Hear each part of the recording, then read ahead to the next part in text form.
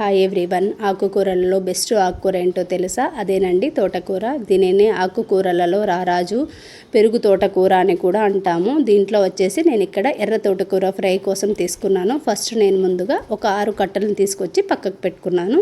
దీని ఫ్రైకి వచ్చేసి నేను 2 ఆనియన్స్, 3 చిల్లీ, కొత్తిమీర, పుదీనా, కరివేపాకు, 6 రెబ్బల వెల్లుల్లి, 1 కప్పు పల్లీలు, 1 కప్పు పుట్నాల పప్పు తీసుకొని పక్కకు పెట్టేసుకున్నాను.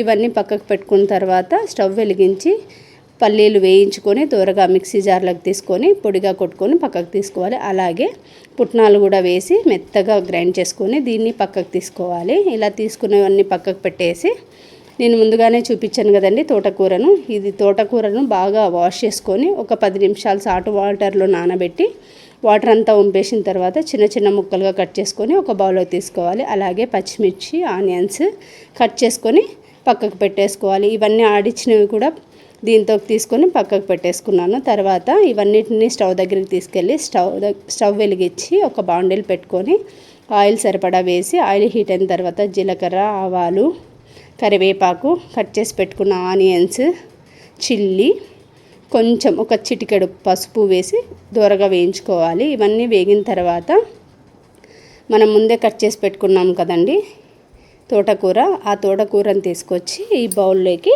వేసేయాలి. ఇలా వేసిన తర్వాత తోటకూరను బాగా కలుపుతూ ఒక 10 నిమిషాలు స్టవ్ని సిమ్లో పెట్టి ఉడికించుకోవాలి. ఇలా ఉడికిన తర్వాత అది ఉడికిందా లేదా అని చెక్ చేసుకొని, ఎందుకంటే తోటకూర తొందరగా ఉడకదు కాబట్టి ఒకసారి చెక్ చేసుకోండి.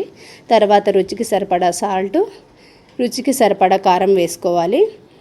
కారం వేసిన తర్వాత కూడా ఒకసారి కలుపుకొని మరలా ముందే ఆడించి పెట్టుకున్నటువంటి పల్లీల పొడి, పుట్నాల పొడి వేసేసుకొని బాగా కలుపుకోవాలి. ఇక్కడ కొబ్బరి కావాలనుకుంటే వేసుకోవచ్చు, లేదనుకుంటే లేదండి, నేనైతే వేయలేదు. తర్వాత కొంచెం కొత్తిమీర వేసి బాగా కలుపుకొని సర్వ్ చేసుకోవడమే అండి. ఎంతో సింపుల్, హై ఐరన్ ఉన్నటువంటి ఎర్ర తోటకూర కర్రీ ఇలా రెడీ చేసుకోవచ్చు. దీనిని నేను రైస్లోకి తీసుకున్నానండి. దీని కాంబినేషన్గా పప్పు కూడా చేసుకున్నాను. ఇలా తీసుకోవడం వల్ల మన శరీరానికి ఐరన్ ఎక్కువగా ఇచ్చి మంచి ఎనర్జీగా ఉండడానికి తోడ్పడుతుంది. ఎర్ర తోటకూరతో పాటు పచ్చ తోటకూర కూడా ఉంటుంది. ఏది తీసుకున్నా బాడీకి మంచిదేనండి.